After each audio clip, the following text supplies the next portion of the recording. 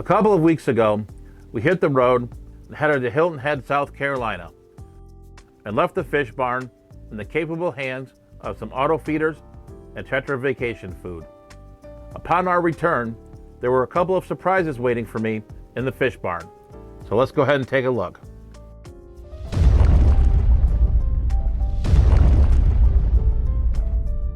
One of the biggest surprises was in the Tropheus and Frontosa tank.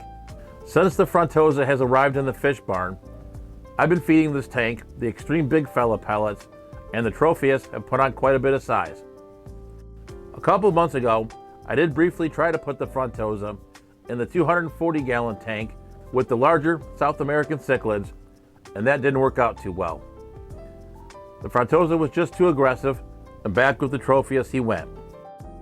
So when I came back from vacation and went to feed them, I found 5 or 6 of these little guys darting in and out of the rockwork. And so far, they've been staying out of the way of the big blue Frontosa. I do have plans to move the Frontosa to his own tank once it's ready. I am in the middle of quite a big fish barn project right now, rearranging a lot of the tanks in both the upstairs and downstairs, and moving the Frontosa to its own separate tank is among those planned tank moves. But we'll get into more of the fish barn project in a future video. Seeing fry in this tank wasn't something that I expected, especially with this rather odd pairing of the Tropheus and the Frontosa. I figured that even if the Tropheus had spawned, that the Frontosa would eat the fry. Nevertheless, I am pretty excited to have some Tropheus fry and looking forward to growing this colony. The other surprise was the Xiphophorous Malinche, which we just received back in February. These fish were a decent size when I got them, and have settled in quite nicely to this 29-gallon planted tank. These fish are absolutely beautiful, and I'm really glad to have been able to get a hold of them.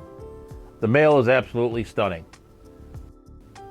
With all of the other projects going on in the fish room, I was not paying as much attention to this tank and haven't been noticing that they were dropping fry.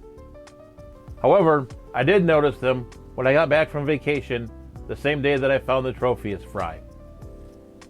It does appear there are about 2 generations in this tank, and I am pretty excited to get another wild-type Swordtail breeding here in the fish tank barn. It was certainly a surprise to find fry from both of these fish, but I am pretty excited to have them here in the fish barn. So as always, I'd definitely like to thank you guys for watching. Stay safe, stay fishy, and I'll catch you on the next one.